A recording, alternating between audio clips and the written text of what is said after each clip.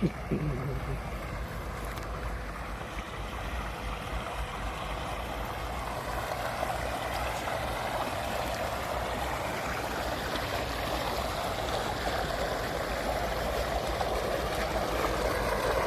शफकत थोड़े झंग शहर के टूबल का पानी तो जो लग गया यार। जी जी बिल्कुल। बहुत ठंडा पानी है और बहुत मीठा पानी है माशाल्लाह। बिल्कुल।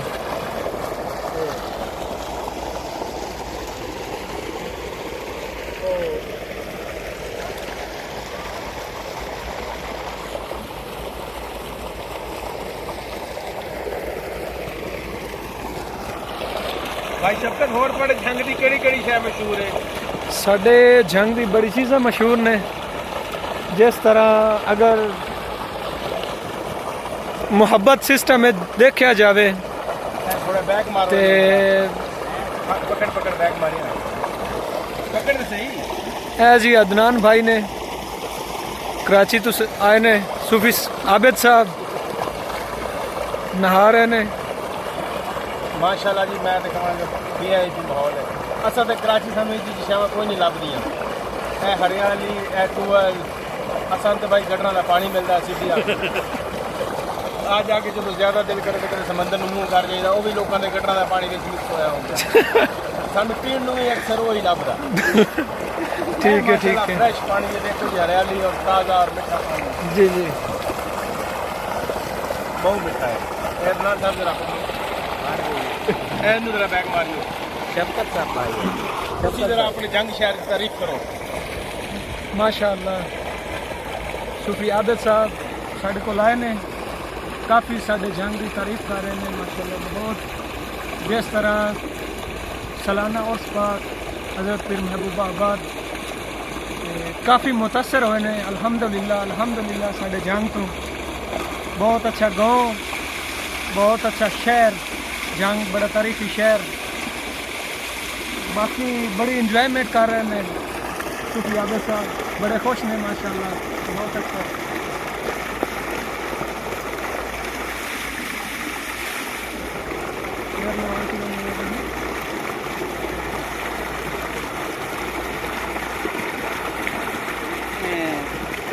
शफकत भाई कोई शबाज भाई के बारे में गल करना चाहो? अपना एक यार होंदा सी।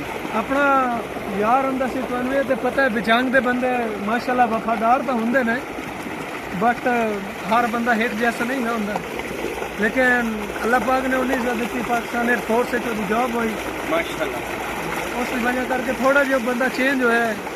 लेकिन असी तो कुछ नहीं इस बारे आ सकता, क्योंकि साड़ी फोर्स भी एक शान, क्योंकि एक सोल्जर है वो बंदा, असी उसके बारे कोई गलत राय नहीं दे सकते। माशाल्लाह अल्लाह पाक उन्हें सलामत रखे। ये वीडियो तो बगैर कोई राय दे सकते हो? हाँ बिल्कुल बिल्कुल। अच्छा ते माशाल्लाह असा उस ते इकट्ठे होए हुए हैं माशाल्लाह, हर साल बाद असी ते आने हैं अल्हम्दुलिल्लाह इकट्ठे होने हैं। ये शफकत भाई की एक तारीफ है भाई, अपनी मझां दा खालस दुध भी चाह बनवा के गुड़ पा के साढ़े वास्ते खरमोश चाह होंदे ने, इन्हां दी बड़ी मुहब्बत है। ते अजकल माशाल्लाह ये बड़े बड़े डॉक्टर साहब बन गए ने। हाँ जी जंग दे विच अल्हम्दुलिल्लाह I am doctor from the heart specialist for the पूरा पूरा पूरा सानू भी पता लगे सी, कभी देखिए तो पता लगे सानू। जी जी तुसी पूरे दसो जी। अल्हम्दुलिल्लाह आबिद साहब हमारे पास आए हैं, तो I am doctor from the heart specialist MBBS।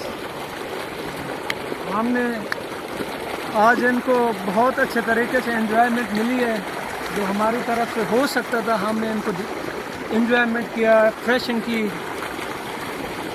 और बहुत अच्छा फील कर रहे हैं। और इनके साथ अदनान भाई भी आए हैं। तो अल्हम्दुलिल्लाह जो हम कर सकते थे हमने वो किए हैं।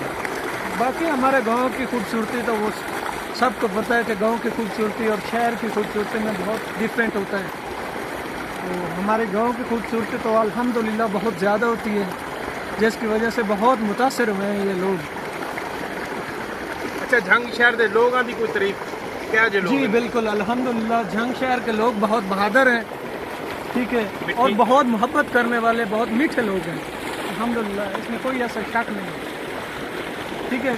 और कुछ कुछ हैं जो आपको जैसे लग रहा है कि जैसे शहबाज भाई जैसे लोग हैं, वैसे आपको लगता है कि ये भाई शहबाज की इसलिए बार बार बात कर रहे हैं कि आज उनकी कमी महसूस हो रही है। हाँ बिल्कुल ये बात है। नहीं, लेकिन अगर देखा जाए तो उनको छुट्टी ना मिलने की वजह से वो आ सकते हैं थोड़ा से नहीं आ तो, लेकिन अल्हम्दुलिल्लाह बहुत अच्छे बंदे हैं शहबाज भाई।